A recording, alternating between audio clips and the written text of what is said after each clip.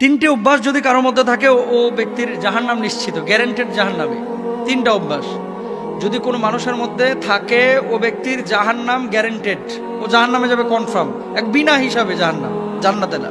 আল্লাহ রাসূল সাল্লাল্লাহু আলাইহি ওয়াসাল্লাম বলেছেন, দেখেন আল্লাহ তাআলা কিন্তু কোনো মানুষকে জাহান্নামে পোড়ানোর জন্য বানান নাই। আল্লাহ বানিয়েছেন মানুষকে বড় মায়া করে, দয়া করে, রহম করে, মানুষ যাতে করে সুপথে ফিরে আসে, আল্লাহকে ডাকে, আল্লাহকে স্মরণ করে এবং আল্লাহর জান্নাতে যায়। কোনো মানুষকে আল্লাহ তাআলা ইচ্ছাকৃতভাবে জাহান্নামে জ্বালাবেন না, এটা আল্লাহ তাআলার বৈশিষ্ট্য না। আল্লাহ সুবহানাহু ওয়া তাআলার সিফাতের মধ্যেও এটা পড়ে না। আল্লাহ গাফফার, আল্লাহ রহমান, আল্লাহ রহিম। কিন্তু এমন কিছু কাজ আছে যে কাজগুলোকে আল্লাহ অত্যন্ত অপছন্দ করেন, নবী অপছন্দ করেন, কিন্তু এই কাজগুলো মানুষ অহরহ করছে। এই কাজগুলো করার কারণে মানুষ নিজের আশ্রয়স্থলটাকে জাহান্নামে বানিয়ে নিচ্ছে। তারা কারা? এক নম্বর, রাসূল আকরাম সাল্লাল্লাহু আলাইহি ওয়াসাল্লাম বলেছেন, মুদমিনুল খামর, যে মানুষটা নিয়মিত মদ পান করে, বছরে একবার পান করলো সে কবিরা গুনাহ করেছে। কিন্তু যে দিন রাত 24 ঘন্টা মদের সাথে সম্পৃক্ত রাখে, মদ ছাড়া তার চলে না, মদ না খাইলে শরীর কনকন করে, মদ না খাইলে মাথা ব্যথা করে, মদ না খাইলে মাথা জ্যাম হয়ে যায়, মদ না খাইলে বউকে ভালো লাগে না, মদ না খাইলে ঘুম আসে না, মদ না খাইলে চলাফেরায় সমস্যা, এরকম কিছু মানুষ আছে। কিন্তু যদি এরকম কোনো মানুষ থাকে এই জমিনের মধ্যে যে যার চলাফেরা, উঠা বসা সবকিছুই মদের সাথে সম্পৃক্ত, এ মানুষটা জাহান্নামী, জাহান্নামকে তার আশ্রয়স্থল বানিয়ে নিয়েছে।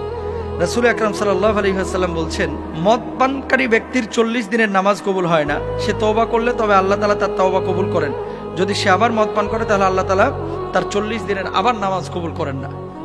এর মানে এই না যে আমি একবার মদ খাইছি বা সিগারেট খাইছি বা জর্দা খাইছি বা নেশা করেছি, থাক আর নামাজের ধারে কাছে যাওয়ার দরকার নাই, কারণ 40 দিন তো নামাজ কবুল হবে না। বিষয়টা এরকম না। নামাজটাও পড়বে, তওবাটাও কন্টিনিউ করবে, আর মদটাকেও ছেড়ে দেওয়ার চেষ্টা করবে। ইয়া আইয়ুহাল্লাযীনা আমানু লা তাকরাবুস সালাতা ওয়া আনতুম সুকারা, হে ঈমানদাররা তোমরা নামাজের ধারে কাছে যাও না। কখন? যখন তোমরা নেশাগ্রস্ত অবস্থায় থাকো। এটা কিন্তু স্পষ্টভাবে আল্লাহ সুবহানাহু ওয়া তাআলা পবিত্র কোরআনুল কারীমে বলেছেন এবং রাসূল আকরাম সাল্লাল্লাহু আলাইহি ওয়াসাল্লাম স্পষ্টভাবে আমাদেরকে জানিয়েছেন যে মদ পান এটা মুসলমানদের জন্য সম্পূর্ণরূপে হারাম। আচ্ছা, তাহলে এক নাম্বার, আমরা কেউ মদ পান করবো না। এই অভ্যাস যদি কারোর মধ্যে থাকে, এখন মদ বলতে শুধু ওই বোতল খাওয়া না, কিন্তু ইয়াবা ট্যাবলেট আছে, ড্যান্ডি আছে, আইস আছে, ফেন্সিডিল আছে, হিরোইন আছে, গাঁজা আছে, যেগুলোই নেশা তৈরি করে, এই ধরনের নেশা জাতীয় কোনো জিনিসে যদি অভ্যস্ত হন, জান্নাত আপনার জন্য হারাম, জাহান্নাম আপনার জন্য অবধারিত। দুই নাম্বার, এমন চরিত্র যদি কারোর মধ্যে থাকে তার জন্য জাহান্নাম অবধারিত। সেটা কি? আত্মীয়তা সম্পর্ক ছিন্ন যারা করে। লা ইয়াদখুলুল জান্নাতা কাতিআ বা কুত্তা।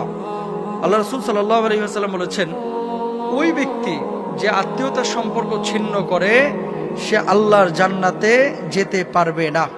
আত্মীয়তার সম্পর্ক ছিন্নকারী ব্যক্তি কখনো জান্নাতে যাবে না।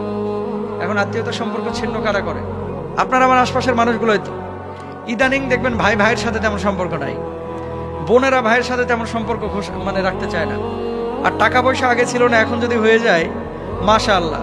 বড় লোক যে আত্মীয় আছে এটারে ফোন দিতে 3 বার ভাবে, না জানে কি মনে করে, সার মানুষ আছে না। আর গরিব আত্মীয় স্বজন এগুলোর তো কোনো খোঁজ খবরই নেয় না, এগুলোকে মানুষই মনে করে না। একই বাড়িতে বিয়ের অনুষ্ঠান হচ্ছে, দেখবেন বড় লোকের বাড়িতে অনুষ্ঠান হচ্ছে, গরিবকে অনেকে দাওয়াত দেয় না। হারাম। আত্মীয়তার সম্পর্ক যে ছিন্ন করলো সেই ব্যক্তি জান্নাতে যাইতে পারবে না, সে ব্যক্তি জাহান্নামে চলে যাবে। তো আত্মীয়তার সম্পর্ক ছিন্ন করার প্রবণতা বা খাসলাত বৈশিষ্ট্য কারোর ভিতরে থাকলে সে আল্লাহর জান্নাতে যাবে না। 2 নম্বর, আর আত্মীয়তার সম্পর্ক আপনি কেন ছিন্ন করবেন? যেখানে আল্লাহ রাসূল বলেছেন, তুমি যদি তোমার হায়াত এবং রিজকের মধ্যে ভরপুর বারাকা চাও, হায়াতটাকে যদি দীর্ঘ করতে চাও, মানে বরকতময় হায়াত চাও, আর যদি তুমি রিজকের মধ্যে প্রশস্ততা চাও, তাহলে আত্মীয়তার সম্পর্কটাকে তোমরা রক্ষা করে চলো। তাহলে আপনি আত্মীয়তার সম্পর্ক রক্ষা না করে যদি ছিন্ন করেন, আল্লাহর জাহান্নাম আপনার জন্য। 3 নম্বর, এমন কিছু মানুষ আছে যারা জাদু টোনায় বিশ্বাস করে। এই জাদু টোনার কারণে কিন্তু দেখেন সূরা বাকারার মধ্যে 1 নম্বর পারা 15 নম্বর পৃষ্ঠায় আল্লাহ তাআলা বিস্তরভাবে বলে দিয়েছেন এই জাদু টোনার কথা, সিহর শব্দ উল্লেখ করে, যে এটা সম্পূর্ণরূপে শয়তানি কাজ এবং কখনো কখনো মানুষকে কুফুরের দিকে এটা নিয়ে চলে যায়। জাদু যারা করে, জাদু টোনায় যারা বিশ্বাসী এবং জাদু টোনা দিয়ে মানুষকে যারা ক্ষতি করে, পারতপক্ষে এদের ঈমান থাকে না, এরা কাফের হয়ে যায়। অনেক মুসলমান কিন্তু এই কাজ করে, অন্যের ভালো সহ্য করতে পারে না, এর জন্য তাবিজ করে। রাসূল সাল্লাল্লাহু আলাইহি ওয়াসাল্লামকেও পর্যন্ত করা হয়েছে, যার পরিপ্রেক্ষিতে আল্লাহ তাআলা সূরা ফালাক নাস নাযিল করেছেন। তো জাদু টোনায় জড়ানো যাবে না, জাদু টোনায় বিশ্বাস করা যাবে না, জাদু টোনা যারা করে তাদের ধারে কাছে যাওয়া যাবে না। আরেকজনের কাছে তদবির নিয়ে এসে আরেকজনের ক্ষতি করা যাবে না। যদি এরকম কেউ করে সম্পূর্ণরূপে কুফরি কাজ করে এবং তার ঈমান থাকবে না। তাহলে স্থায়ীভাবে যে তিনটা অভ্যাস মানুষকে জাহান্নামের দিকে নিয়ে যায়, আমরা পাইলাম কি? 1 নম্বর হচ্ছে মদপান, 2 নম্বর হচ্ছে আত্মীয়তার সম্পর্ক ছিন্ন, 3 নম্বর হচ্ছে জাদুটনায় যারা আসক্ত। রাসূল আকরাম সাল্লাল্লাহু আলাইহি ওয়াসাল্লাম সাহাবীদেরকে বললেন, ও সাহাবীরা, আমার উম্মতের মধ্যে 70,000 উম্মত রয়েছে যারা বিনা হিসাবে আল্লাহর জান্নাতে যাবে। সাহাবীরা বললেন, ইয়া রাসূলুল্লাহ, 70,000 মানুষ বিনা হিসাবে জান্নাতে যাবে? এই কথা বলে নবীজি ঘরে চলে গেছে, আর বলেন নাই যে কারা। কতক্ষণ পরে সাহাবীরা আলোচনা শুরু করছে গোল গোল হয়ে, যে আচ্ছা এরা কারা? কে বলছে সাহাবীরা, কে বলছে শহীদরা, কে বলছে নবী আমি আলাইহিস সালাম। কতক্ষণ পর আল্লাহ নবী বের হয়েছে, বলছে কি নিয়ে তোমরা এত আলোচনা করছো? সাহাবীরা বললেন, ইয়া রাসূলুল্লাহ, আপনি যে বললেন যে 70,000 মানুষ বিনা হিসাবে জান্নাতে যাবে, এরা কারা? আমরা তো এটা নিয়ে কনফিউশনে পড়ে গেছি। আল্লাহ নবী বললেন, লা ইয়াস্তারকুনা ওয়ালা ইয়াত্তাইয়ারুনা ওয়ালা ইয়াত্তাউনা ওয়া আলা রাব্বিহিম ইয়াতাওয়াক্কালুন। যারা দাগ কেটে চিকিৎসা গ্রহণ করে না, গালগুল কাইটা, হাত পা কাইটা, তারপরে আগুনের শেক টেক দিয়ে এমনভাবে স্পট ফেলে, এই ধরনের কোনো চিকিৎসা যারা গ্রহণ করে না, ওই ঝাড়ফুঁক আর কি, অবৈধ ঝাড়ফুঁক যেগুলা। অশুভ লক্ষণ যারা বিশ্বাস করে না, অলক্ষণী কুলক্ষণী বলতে কোনো কিছু পৃথিবীতে নাই, সব কিছুই ভালো। তবে হ্যাঁ, কখনো কখনো মানুষ আপনার ক্ষতি করতে চায়। এই জন্য আল্লাহ রাসূল সাল্লাল্লাহু আলাইহি ওয়াসাল্লাম আয়াতুল কুরসির আমল শিখিয়েছেন, সূরা ফালাক নাসের আমল শিখিয়েছেন। অশুভ লক্ষণ বিশ্বাস করা যাবে না। বিড়াল দৌড় মারছে, কাক বাড়ির ওপরে ডাক দিয়েছে, এই জন্য খারাপ কিছু আসবে, বিশ্বাস করা যাবে না। এবং আল্লাহর ওপরে সবসময় তাওয়াক্কুল করতে হবে।